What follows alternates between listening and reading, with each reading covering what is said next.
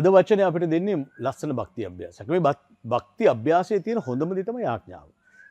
මගේ ජීවිතයේ තියෙන හොඳම මෙවලමක් තමයි යාඥාව. මේ යාඥාවට ප්‍රවිෂ්ඨ වෙන මාර්ගය තමයි අපි පැහැදිලි කරගන්න ඕනේ. සුද්ධ පවිත්‍ර කරගන්නට ඕනේ ඒ ලස්සන යාඥාවට අපි යන්නේ කොහොමද කියලා. අපි උන්වහන්සේ තුල සුද්ධ ලෙස යාඥාවට සහභාගී වුණොත් අපේ ගත සිත සියල්ලම පිරිසිදු කරගෙන උන්වහන්සේ වෙත අපේ යාඥාව තුල නිරත වුණොත් ඒ යාඥාව ස්වාමීන් වහන්සේ අහනවාමයි. ඒ නිසා තමයි උන්වහන්සේ කියන්නේ ඔබ යාඥාවම ඇසිමි. ඔබ යාඥා කරන හැටි මම දුටිමි.